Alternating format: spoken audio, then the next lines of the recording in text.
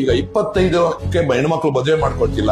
ಏನಂತಾರೆ, ನಮ್ಮ ಹುಡುಗನ್ಗೆ ಸ್ವಂತ ಮನೆ ಇರ್ಬೇಕು. ಹೇಗ್ರಿ ಸಾಧ್ಯ? ಸ್ವಂತ ಮನೆ 28 ವರ್ಷಕ್ಕೆ ಹುಡುಗ ಸ್ವಂತ ಮನೆ ಸಂಪಾದನೆ ಮಾಡಕತ್ತೆ ಅಂದ್ರೆ, ಒಂದು SSLC ಆಗ್ಬೇಕು ಅಂದ್ರೆ 16 ವರ್ಷ ಕಂಪ್ಲೀಟ್ ಆಗಿರ್ಬೇಕು. PUC ಅಂದ್ರೆ 18 ವರ್ಷ ಕಂಪ್ಲೀಟ್ ಆಗ್ಬೇಕು. ಡಿಗ್ರಿ ಅಥವಾ BE 22 ವರ್ಷ ಕಂಪ್ಲೀಟ್ ಆಗ್ಬೇಕು. ಡಬಲ್ ಡಿಗ್ರಿ ಅಥವಾ MTech ಮಾಡ್ಬೇಕಂದ್ರೆ 25 ವರ್ಷ ಕಂಪ್ಲೀಟ್ ಆಗಿರ್ಬೇಕು.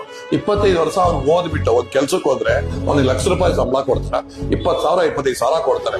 ಅವ್ನು 50,000 ಹೋಗೋಷ್ಟೊತ್ತಿಗೆ 30 31 ವರ್ಷ ಆಗಿರುತ್ತೆ. ಹೆಂಗ್ ಸಂಪಾದನೆ ಮಾಡ್ತಾನೆ? ಆಸ್ತಿ ಸಂಪಾದನೆ ಮಾಡ್ಬೇಕಾದ್ದು, ಸ್ವಂತ ಮನೆ ಸಂಪಾದನೆ ಮಾಡ್ಬೇಕಾದ್ದು ಹುಡುಗನ ತಂದೆ ತಾಯಿ ಕರ್ತವ್ಯ. ಅವ್ರಿಗೂ ಕರ್ತವ್ಯಗಳಿರುತ್ತೆ. ಆ ಹುಡುಗನ ತಂದೆ ತಾಯಿಗೂ ಅಣ್ಣ ತಮ್ಮ ಅಕ್ಕ ತಂಗಿರಿರ್ತಾರೆ, ಅವ್ರಿಗೆಲ್ಲ ಮದುವೆ ಮಾಡ್ಬೇಕಾಗತ್ತೆ. ಅಂದ್ರೆ ಬೆಂಗಳೂರಲ್ಲಿ ನಾವು ಸುಮಾರು 1,70,00,000 ಜನಸಂಖ್ಯೆ ಇದೀವಿ. 1,70,00,000 ಮನೆಗಳಿದೆಯಾ ಇಲ್ಲಿ ಬೆಂಗಳೂರಲ್ಲಿ? ಎಲ್ಲರೂ ಸ್ವಂತ ಮನೆಯಲ್ಲೇ ಇದೀವ? ಯಾರು ಬಾಡಿಗೆ ಮನೆಯಲ್ಲೇ ಇಲ್ವಾ? ಹೌದು, ನಮ್ ತಂದೆ ತಾಯಿ ತಾತ ಅಜ್ಜಿರು ಎಲ್ಲರೂ ಸ್ವಂತ ಮನೆಯಲ್ಲೇ ಇದ್ರ? ಯಾಕೆ ಈ ರೀತಿ ಒಂದು ಕಲ್ಪನೆಗೆ ಹೋಗ್ತೀರಾ?